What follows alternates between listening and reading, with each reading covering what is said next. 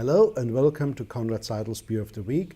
This week's beer I've brought as a souvenir from London. It's a London porter and I bought it in a supermarket in London, a supermarket of the Sainsbury's chain. And I found out that this beer, although it's a private label, they say where it's brewed. It's brewed in Faversham by Shepherd Neame in England's oldest brewery.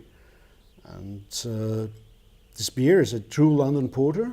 It's, well, let's have a look what it looks like when we pour it in a glass. It looks really black, which you expect from a true porter.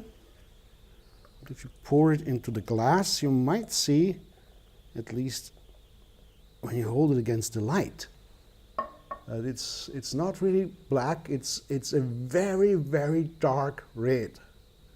And it has a very nice dense foam, creamy, and you pick up some coffee, some licorice.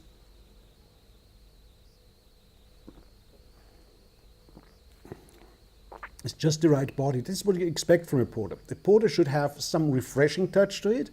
It should also have a nice malty body, and it should have a fair amount of bitterness. But the bitterness in this beer, the perceived bitterness, does not primarily come from the hops.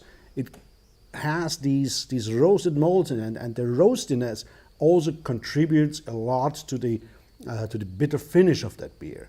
And we have this typical London beer style, which was a 18th century beer, became very popular, probably got its name from the market porters that you had in London at these days.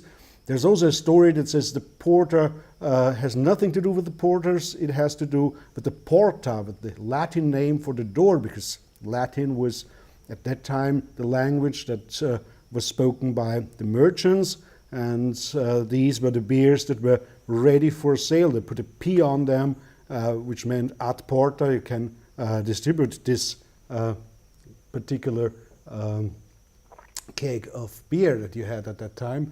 But I don't know which story is true, because I didn't live in the 18th century. I'm very happy to live in the 21st century and enjoy these beers brewed on a fairly industrial scale now.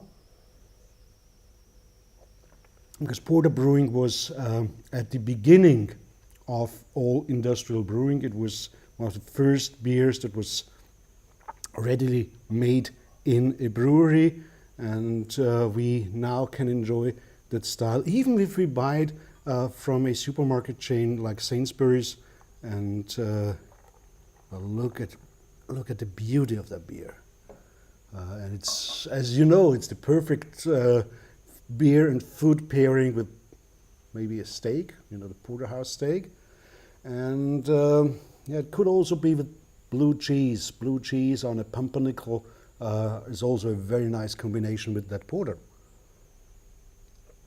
So enjoy a London porter if you can, and see me next week for another Conrad Seidl's Beer of the Week. Enjoy.